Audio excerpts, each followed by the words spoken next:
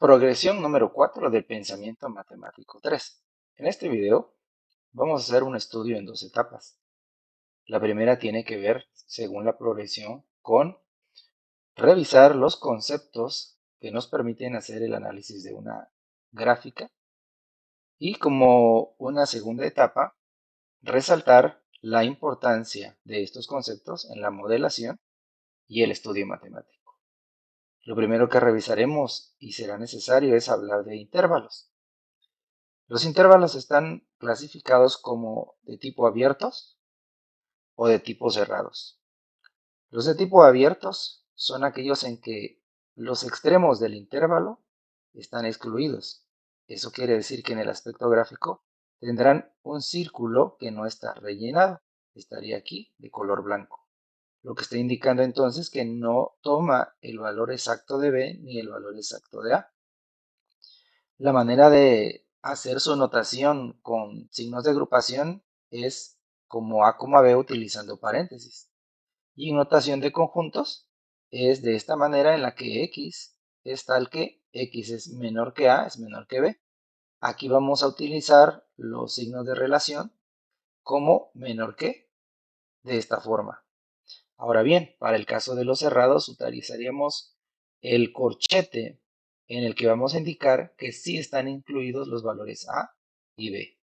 Y vamos a utilizar los signos de relación menor o igual para ambos casos. Los diversos casos que se pueden generar como otra posibilidad son los que aparecen en este momento. Tendríamos entonces que para un intervalo A, B, lo que dice entonces es que no toma A, pero sí toma el valor de B. Notamos que este es menor o igual, y observamos que gráficamente este no está rellenado y este sí está. De la misma manera vemos el segundo caso que es A, B, en el que sí toma A, pero no toma B. Como si toma A es menor o igual, y como no lo toma es menor. Y tenemos aquí que está rellenado el punto A y aquí no el punto B. Cuando utilizamos un intervalo que va desde un valor hasta el infinito, que es la parte positiva de la recta, entonces vamos a notarlo que para los aspectos que es indeterminado el valor, vamos a utilizar el paréntesis. Y la manera de representarlo en conjuntos es de manera que A es menor que X. Eso quiere decir que al tener paréntesis en A, no lo toma, es abierto y se desplaza hacia la derecha al infinito positivo. De la misma manera podríamos tener en el que si consideramos el valor de A, por lo tanto sería un menor o igual y si lo tomamos. Caso contrario sería ir de menos infinito a B, siendo en este caso de tipo abierto, y entonces vemos que B no lo toma.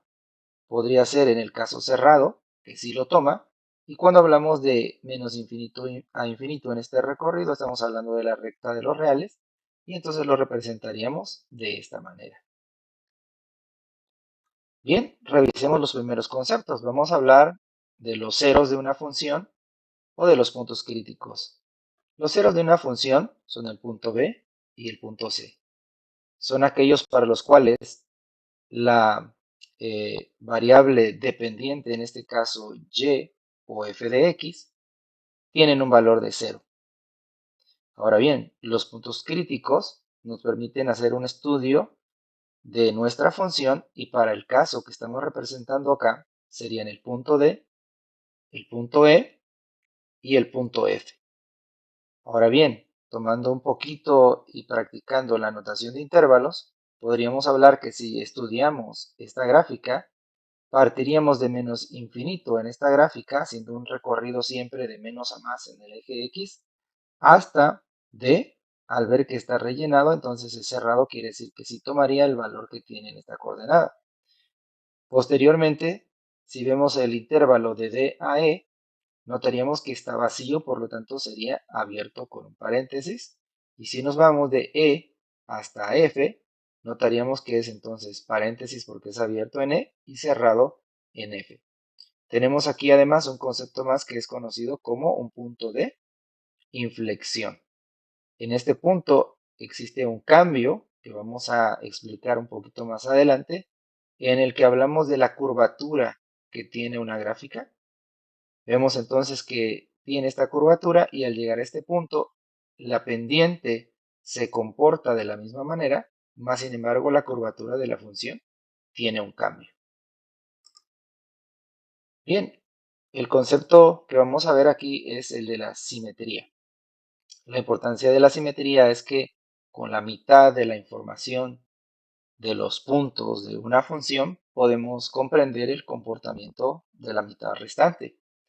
Existen tres tipos de simetrías. La simetría que es con respecto al eje Y, lo que significa es como imaginar que tenemos una hoja de papel y la doblamos siendo este el eje, diríamos que este punto coincide con este.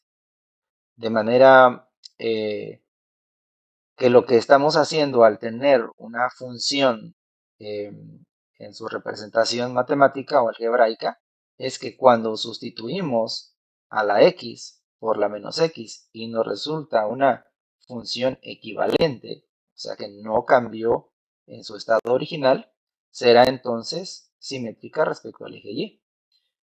Será simétrica respecto al eje de las x cuando en nuestra función podamos sustituir a y por menos y tengamos una función equivalente o idéntica. Por el otro lado, tendríamos la simetría con respecto al origen. Lo que significa es que si al valor de x y y en la función o a las literales la sustituimos por menos x y menos y al simplificar observamos que la función es nuevamente equivalente, sería simétrica con respecto al origen. ¿Qué implica ser simétrica respecto al origen? Es que existirá una rotación de una parte de la función de 180 grados. Entonces imaginemos que esto lo rotamos y lo giraríamos, quedaría en esta parte 90 grados. Y si le volvemos a girar, quedaría ubicada exactamente en esta posición y serían 180 grados en su rotación. Eso sería entonces la simetría en una función. Continuidad. Decimos que una función es continua si al movernos a lo largo de su gráfico no hay saltos, interrupciones u huecos. Es decir, si podemos trazar el gráfico de la función sin levantar el lápiz del papel. Entonces imaginemos que tenemos que trazar aquí este gráfico. Entonces notamos que aquí hay un hueco. Entonces si empezamos a arrastrar, llegaremos que tenemos un hueco y hacemos un salto. Seguiremos trazando y aquí tendríamos otro salto, continuaríamos y en este extremo no lo estaríamos tomando. La continuidad es importante porque si no existe continuidad en algún valor de nuestra función, entonces tendríamos problemas al poder hacer algunos cálculos y poderla estudiar. Bien, los siguientes conceptos son cuando una función es creciente y es decreciente. Vamos a ver que en este gráfico que tenemos acá hemos dividido esta gráfica en intervalos.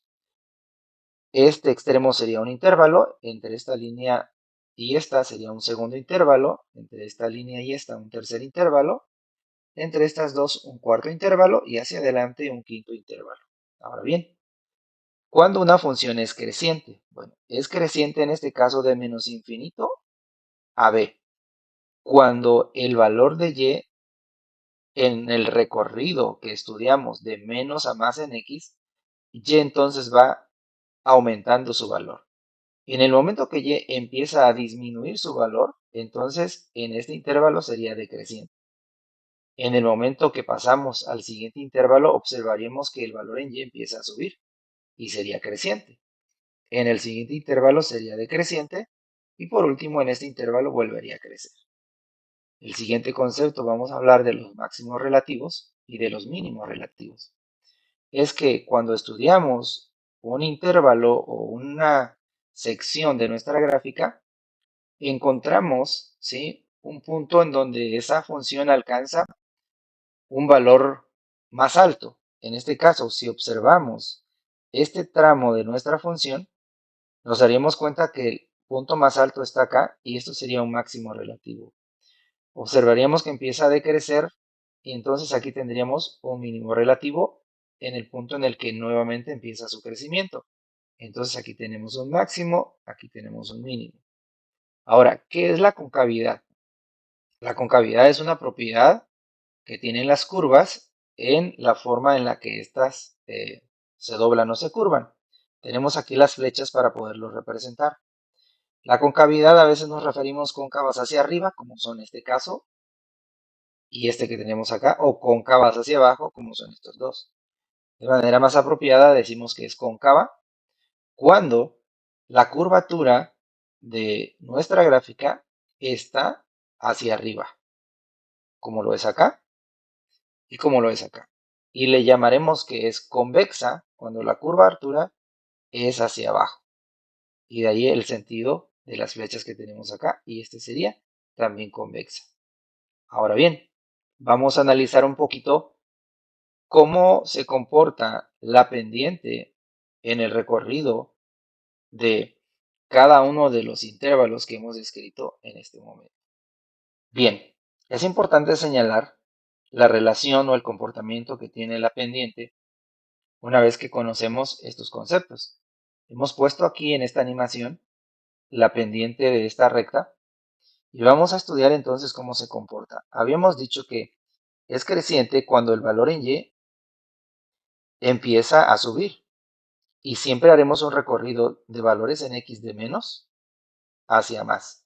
Por lo tanto, si nos movemos hacia el lado derecho en las x, notamos entonces que el valor de y empieza a incrementar, al punto entonces donde llegaremos al máximo y notemos que al llegar al máximo la pendiente es aproximadamente 0.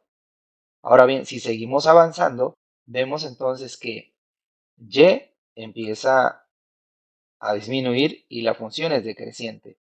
Notemos que el valor de la pendiente es negativo cuando es decreciente. Llegaremos al punto C en el que aproximadamente nuestra pendiente será 0 y encontraremos en este caso que es un mínimo. Nuevamente la pendiente es positiva, es creciente de la función. Llegaremos a un punto máximo en D en el que la pendiente será nuevamente 0. Empezará a decrecer nuestra función hasta llegar nuevamente a un mínimo relativo, donde la pendiente será aproximadamente 0 y empezará a crecer nuevamente nuestra función. Ahora bien, vayamos a la segunda etapa de esta progresión y vamos a resaltar la importancia que tienen estos conceptos en la modelación y el estudio de una función. En un video anterior propusimos el modelado a través de operaciones de funciones para este problema que tenemos acá. Hablábamos de el costo de construir una cerca que tenía una parte robusta y que tenía la parte restante un menor costo. Aquí hemos hecho una modificación en el que hemos puesto 5 metros a la parte robusta y 3 al resto de la cerca. La condición era que el área tenía que ser 1200 metros cuadrados. El modelo de nuestra función es esta que tenemos acá, 8x cuadrada más 7200 sobre x. Ahora bien, este es un modelo de una situación real, pero vemos que en esta gráfica tenemos entonces que hay una simetría en el tercer cuadrante con respecto al primer cuadrante, para lo cual esto no tendría un significado en nuestro problema real. Por lo tanto, vamos a omitirlo y nos vamos a dedicar entonces al hecho de considerar las partes positivas en el cuadrante 1. Tenemos entonces aquí que vamos a hacer el estudio de esta función. Observamos aquí cómo va a cambiar el valor de la pendiente. Tenemos aquí que y es la altura, era un jardín rectangular, ¿sí? Y este sería el valor de la altura. C vendría asumiendo el valor de la parte más robusta, que sería la base de ese jardín rectangular. Y lo que tendríamos aquí es que esto es el resto de la cerca. Si asumimos un valor, entonces vamos a suponer valores prácticos. Vamos a elegir que la parte robusta la estoy construyendo, digamos, de 10 unidades de longitud. Significa entonces que la base es 10 y la altura, dada la condición del área, son 120 unidades. De ahí entonces que el resto de la cerca delgada son 2 veces y más x, que serían 240 más 10, 250. Notamos que el área efectivamente es 10, que es la base, por la altura de 120 me daría los 1200. Ahora bien, ¿qué me indica entonces este punto C? Tenemos entonces que el estudio era, en este caso, las dimensiones que tiene la cerca robusta, que es la base, y el valor de f de x es el precio o el costo de cercar todo el jardín. En el modelado, entonces, lo que vamos a observar que es cómo se comporta en todo ese trayecto de valores de la función para la cerca robusta el costo de ese jardín. Observamos que si tenemos un recorrido desde este punto, tenemos el valor de una pendiente negativa. Si nosotros recorremos entonces y tenemos mayor longitud de la cerca robusta, vamos a observar que el costo, ¿sí?, empieza a cambiar. Si nosotros entonces seguimos incrementando la longitud de la cerca robusta, notamos entonces que ahora tiene este valor de costo. Si seguimos continuando, vemos que el costo empieza a descender. Ahora, la cuestión es aquí que si seguimos nosotros incrementando el costo de la cerca robusta, es bueno, ¿habrá algún punto en el que el costo tenga un valor mínimo?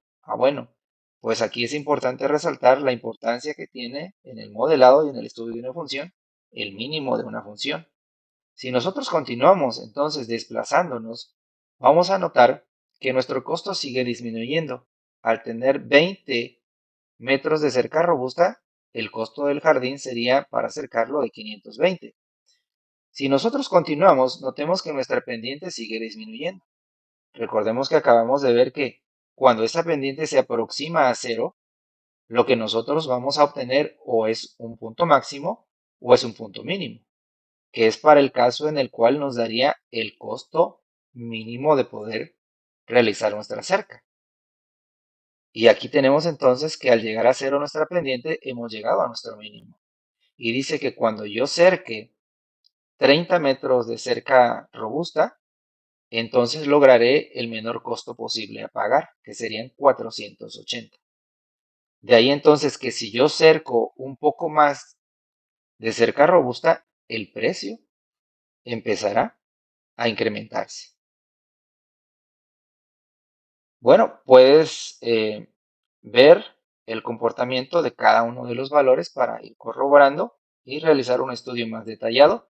Dejaré en los comentarios el enlace de esta animación de GeoGebra. Vayamos a un segundo caso. En este caso, hablamos de poder maximizar las utilidades. Aquí tenemos un fabricante de un alimentador para aves. Fabricar un alimentador le cuesta 120 pesos y lo venden a 200 cada uno. Ellos han estudiado que en la semana venden 20 alimentadores.